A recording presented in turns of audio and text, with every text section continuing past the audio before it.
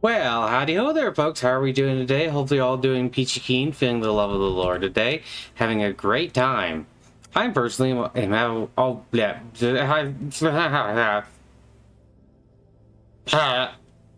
always having a great time. There we go. Anyway,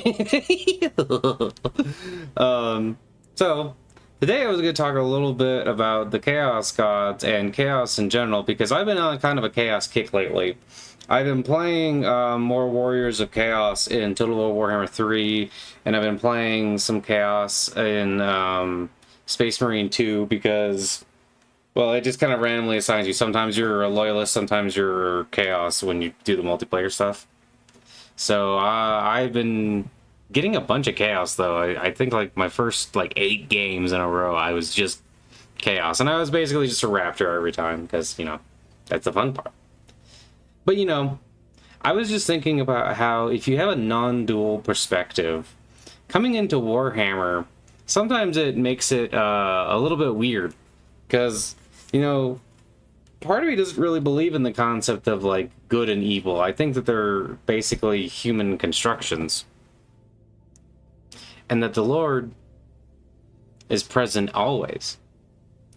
And, I was reading my Zhuangzi, and I was reading the Tao Te Ching, and I was thinking about chaos, and I was thinking about how chaos is, ultimately both a good and a bad thing, and I kind of always like that interpretation of it more. I like it.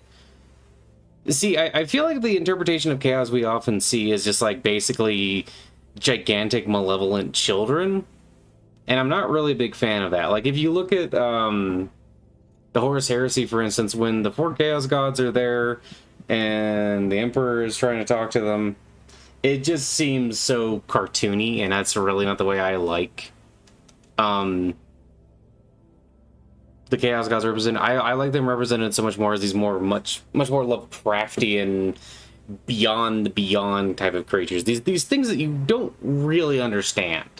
That maybe a lot of the things we think we know about them are basically us projecting onto them rather than actual facets of themselves. And I think that's kind of interesting. But I've also like the older concept of chaos that you see in some of the books, not so much anymore. I think as time has gone on, Warhammer has made chaos into much more of just like the generic Saturday morning villain to a certain extent.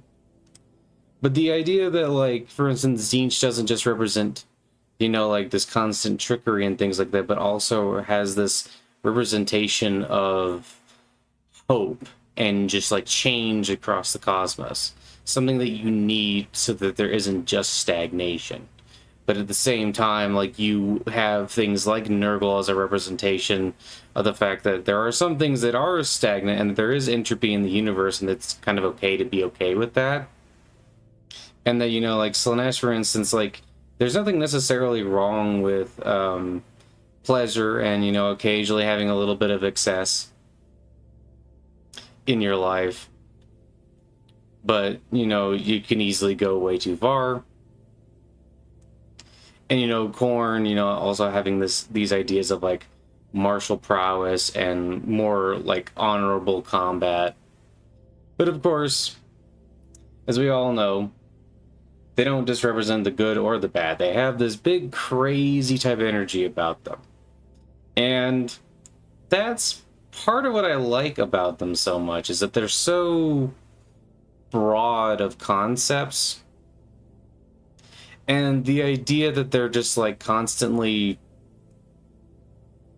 sort of being fueled by the ideas that people have of them, while also fueling those ideas themselves, is pretty interesting to me.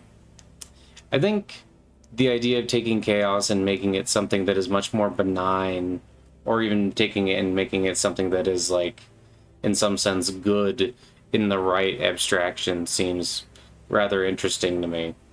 And I've been trying to mess around with that a little bit. I think what I have learned by messing around with that a little bit is that, A, some people just think that chaos should just be icky villain badness, which, understandable to a certain degree. I think it's kind of fun to be the villain sometimes. When I read Lorgar, part of the reason I like Lorgar is because he's just such a mustache-twirling villain. at a certain point that it's very funny. It's like he basically went from being all about like purity and these things to now being like embracing his new deities and being all about, you know, the ways of chaos. And I think that's just kind of neat. I think taking these ideas and trying to explore them as something more than just and then they were evil is also pretty interesting. And taking something that has these horrid appearances and changing them into something else is also kind of interesting. I'm sort of reminded of that scene in Berserk where the lady is talking to the demons that are like aligned to Griffith, and she's like trying to get this one like to see if she can get him special corpses that he likes to eat instead of the normal ones, and you know, stuff like that. And I think, wow, that is weird, but that's also sweet in its own way. Experiencing darkness and taking it as light is, I think, something I really enjoy doing.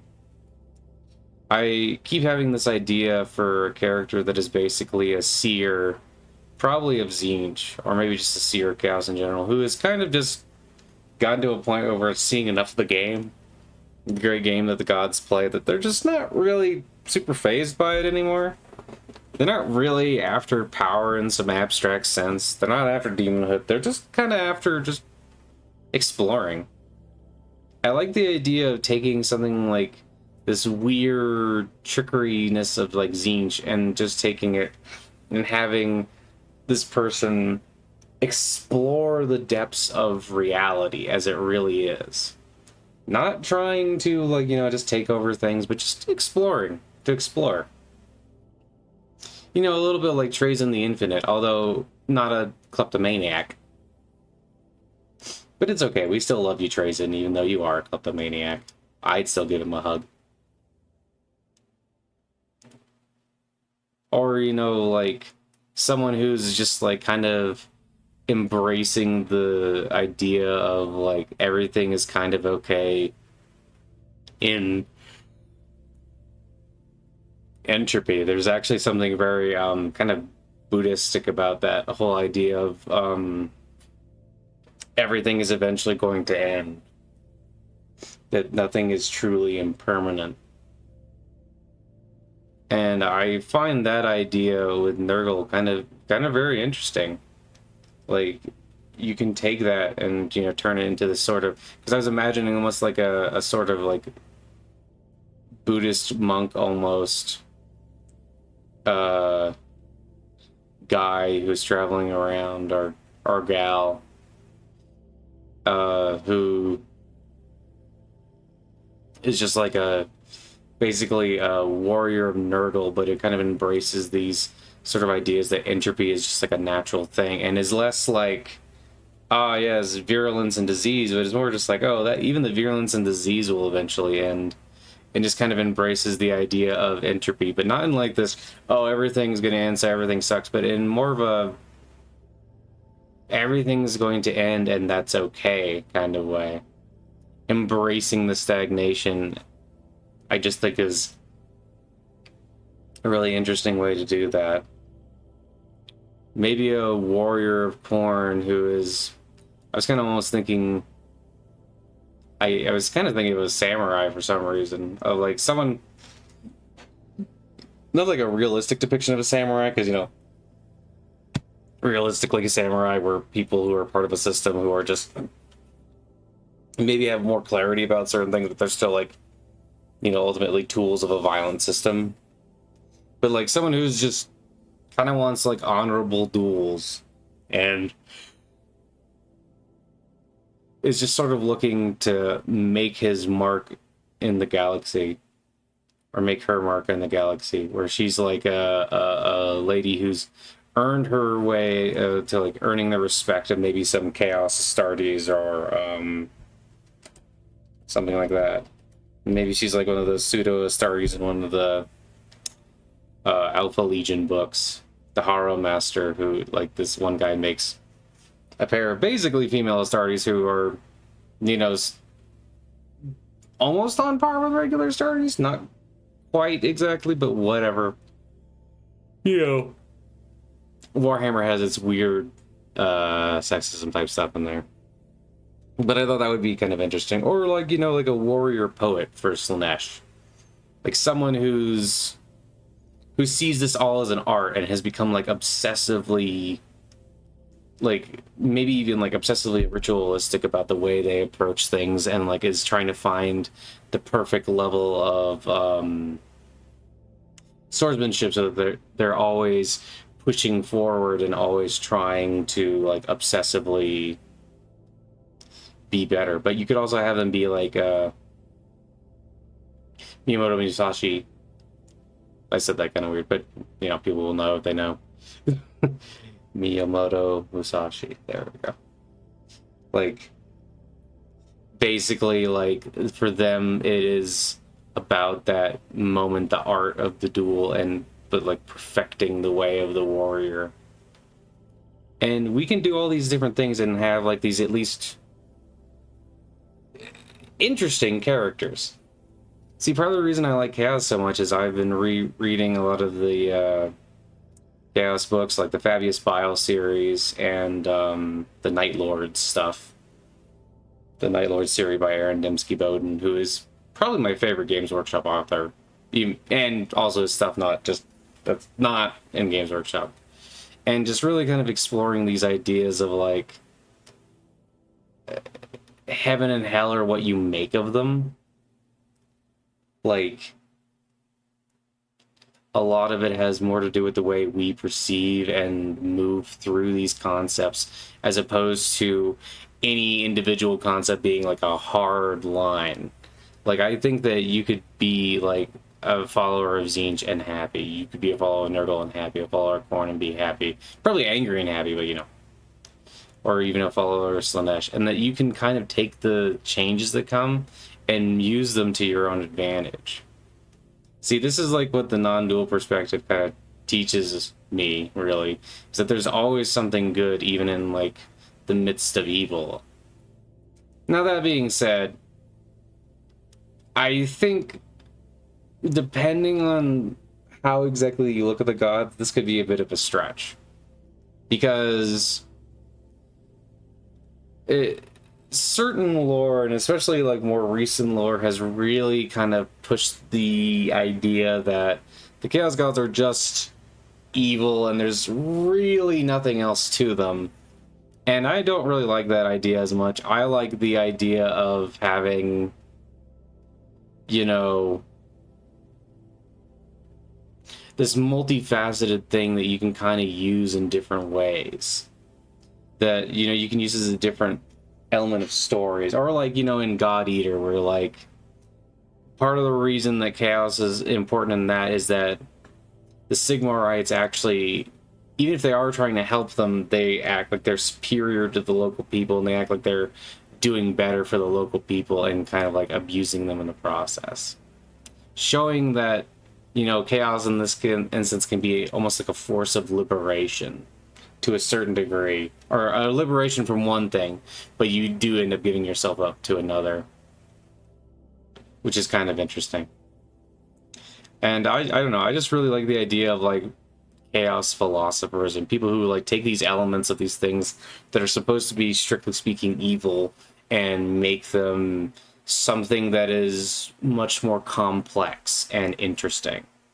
I will also just say that I just think that Traitor Astartes are far more interesting to read about than Loyalist Astartes. Traitor Astartes seem to have like they're allowed to have more personality and are allowed to explore more ideas, which is, I think, pretty cool.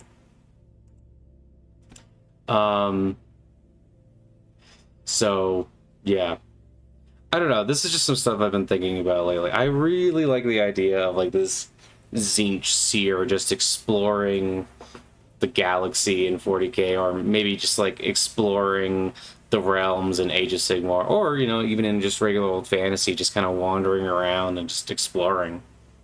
Not really malevolent, just wanting to observe, seeing that Tzeentch was the best way to get around and observe, and just kind of going for it. And, you know, maybe having like conversations about like how so much of this is all based on perspective, and it depends on how you like look at it. Know what I mean? I think that's very interesting. But I just wanted to share these thoughts because it's stuff that's been in my brain for a little bit lately. This image of the Chibi Chaos Gods is Dong Gol Troll, so it's DONGGOOLTROLL. And I found it on Reddit. I thought it was really cute, and I liked that image of it. Could try and put that in the video description. So I hope that you all have an absolutely wonderful day, and, you know, share your ideas. What do you think? Do you think I'm being just, like, silly and maybe trying to push this fairly clearly evil concept too far into, like, a kind of neutral direction? Or do you think that this is an interesting idea? I don't know. Just felt like sharing. Anyway, I hope you all have an absolutely wonderful day, and I hope you know that I love you, and God loves you, and blah blah, I love you, bye. Bye.